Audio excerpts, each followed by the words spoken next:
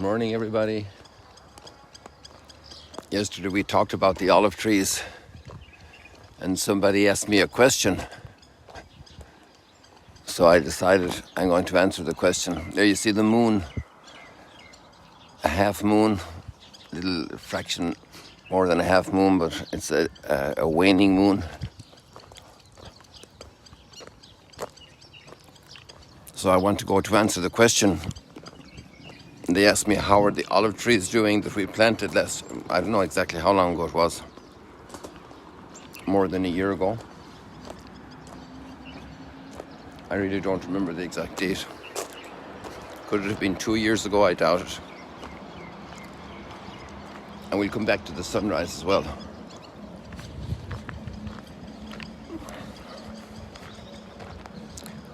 I'm going to have to go up a little bit more on the Mount Arbel for you.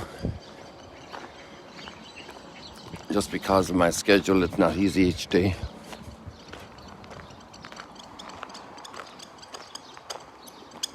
We'll see what will be provided. I like the psalm very much today. Psalm 96, proclaim God's marvelous deeds to all the nations. I'm not sure how you'd read that.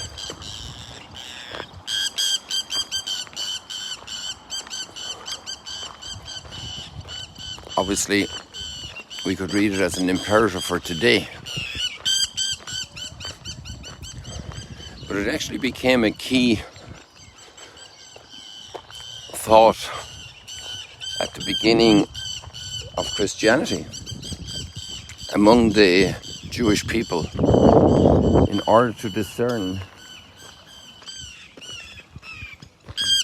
By the way, this is one of the olive trees that was planted, but it never sprouted. It was actually given as a present by the company because they didn't know if it would or wouldn't. Sometimes, if you had enough, you never know what could happen. It might sprout, but it never did. And so the gardener has planted some new olive shoots at the base, and they'll come along there. But I think they're different than the original. But don't be sad because the other ones did better than that.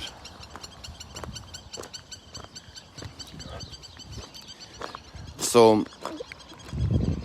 proclaim his marvelous deeds to all the nations. When we read that today, we read it in a fullness of meaning as well, because it's always valid. Nations means peoples. Nations has the word to be born, nashere. We say the word nation as well, don't we? Something that's beginning. So I think for you to see the olive trees best, we should go inside the visitor center to get there, or we can just see it from here. So you can see these ancient trees, and they have done very well. Look at that. I'm going to go inside because we also have a carob tree in there, and then we'll come back to see the sun as it rises up. Maybe what I should have done was wait a little longer, and then the sun would be up over there. So they did a great job here, our team, designing these covers. This is just containers, people, just empty cargo containers. It's a renewed provisional visitor center. It's obviously a big project to do a more museum-like structure, God willing, down the road. So there were some olive trees that were here before, like this one. But the ones we planted last year that you saw, or whenever it was, you could scroll down through the Instagram, you could see the crane lifting them in off the truck. This is one of them, and you see how the nice head. They were all pared down to almost 0 branches, so that there wasn't a demand on the roots that it couldn't satisfy. Look at this. What a tree. Oh, I should show you another tree. I'm going to do that as well, now that we're here, that we've got meanwhile. I'm not sure if I did it for you, and you can see the difference. Just think about how much leaves are on this one, how many branches They're really doing very well. And this is an old olive tree, and it was possible to transplant it. What happens here in Galilee is there are a lot of olive trees around the countryside, and with freeway construction and other types of construction, a lot of them come to grief, and a couple of very industrious Arab Israelis have salvaged the trees, partly out of pure love for that tree heritage. And so this is the fourth one, was a little smaller, but it's still a serious ancient olive tree, hundreds of years old. And now we have these new little sheltered areas, because here it's sometimes 40 degrees in the sun, and some people are waiting for their group to finish whatever, restrooms or getting souvenirs. This is the carob tree, and this also is basically without branches.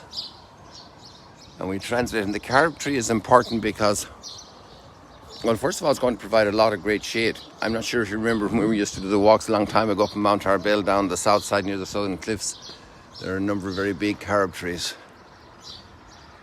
and it will provide a lot of shade as the branches get bigger and extend.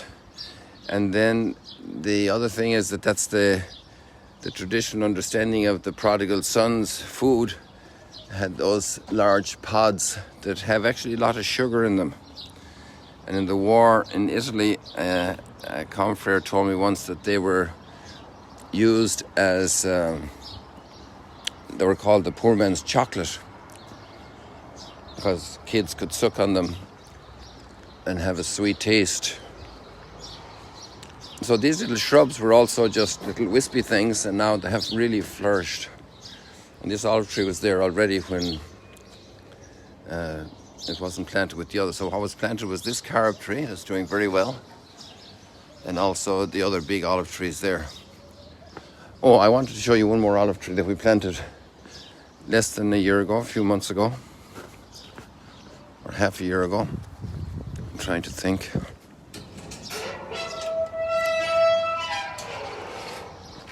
Yeah, I'll just go in through the lobby and we go down to see the sun faster that way.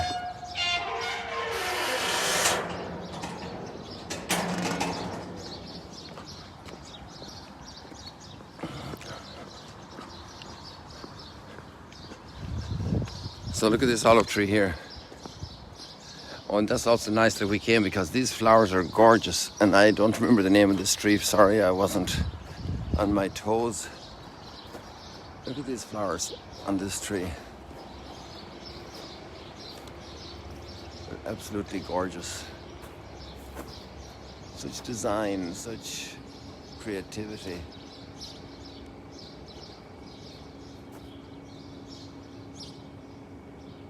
I can't see because the camera's way above my head, but I hope you're getting a nice view of these flowers. If we go down here and I can see better myself. It's amazing, the variety of nature. Now look at this, guys. This is one ancient olive tree.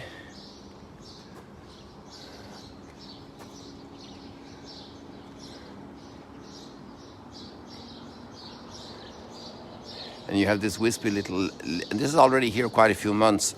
That's going to grow like the other one eventually. And look at the size of this tree.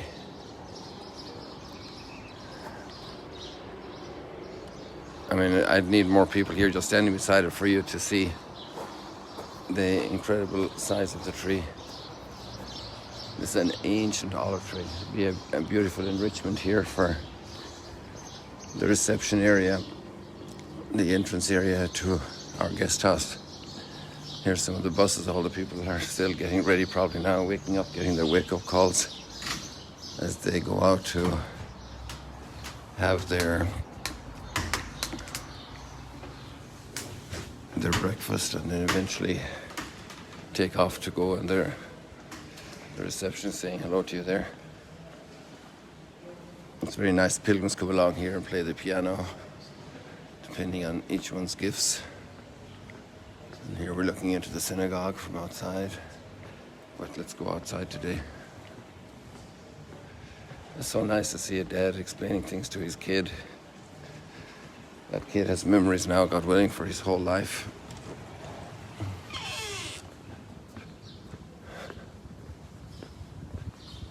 Would you like to walk on the grass? That's a nice feeling for an Irish farming boy. So let's get back to our subject, to proclaim his marvelous name to all the nations. Let me go back and get the right text. I was just saying that from memory.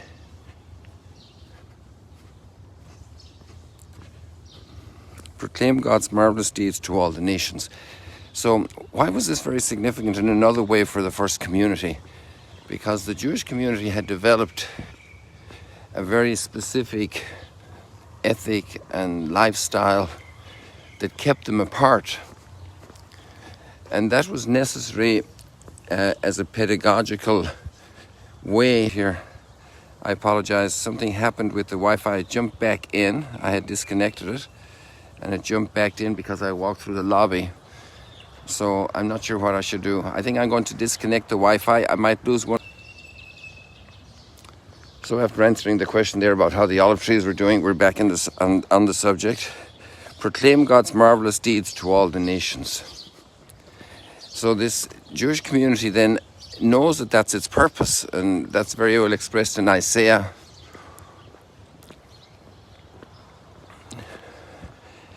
That you will be a light to the nations. And that's the reason why God called Abraham. He formed a people from the nations. And he called them to form a new people. And he did it in such a way that it was very clear that it was his doing. He gets an 80-year-old man and his wife that don't have children. And he leaves them 20 years waiting for children. But he's going to do it, and he fulfills it. And then it reaches its culmination then with the birth of Jesus, the coming of the Messiah. And now the passion, death, and resurrection have happened. And now the Gentiles are hearing the good news. But it's a very hard process of discernment that the early church has to do to figure out what to do and how to behave. And as much as the Jewish people were very dedicated to their Mosaic law in many details and expressions and developments and ramifications, they had to discern, is this all necessary now? And that's precisely what we see in the first reading today. This struggle of very conscientious people who want to keep their practice, but have to discern if that's necessary or not for all people who are not Jewish, for all the nations. So the truth will continue of the psalm, proclaim God's marvelous deeds to all the nations, but they are not going to impose the Mosaic law on all of those who embrace the faith in Christ. And that's a wonderful development, and also shows a path of discernment, how the church grows, and discerning true fidelity to what is essential, and yet the clarification that's reached about what is not essential,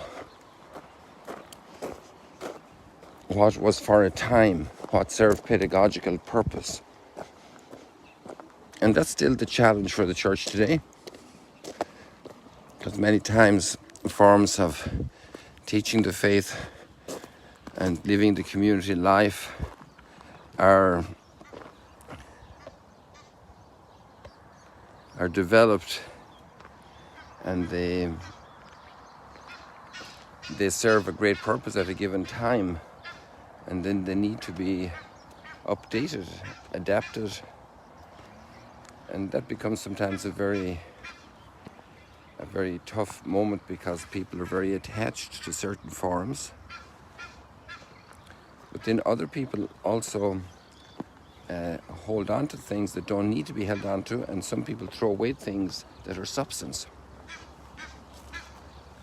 And so that's why sometimes there's a lot of passion and bitterness, and sometimes divisions. And one of the beautiful things is we see a great sense in the early church that the Holy Spirit is guiding the process step by step as the church is growing from It's a very small beginning to expand all over the world today.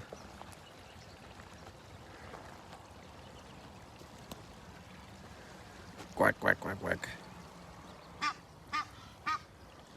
They're getting big very quickly. It's amazing, that law of nature, growth, how things start so small from a little seed, a little plant, to a big tree. That applies to our own human life, to families, to enterprises, to cultural efforts, educational efforts, and also to the life of the church.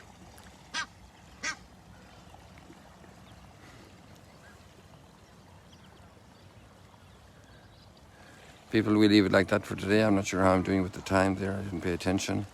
God bless you. See you later, alligators.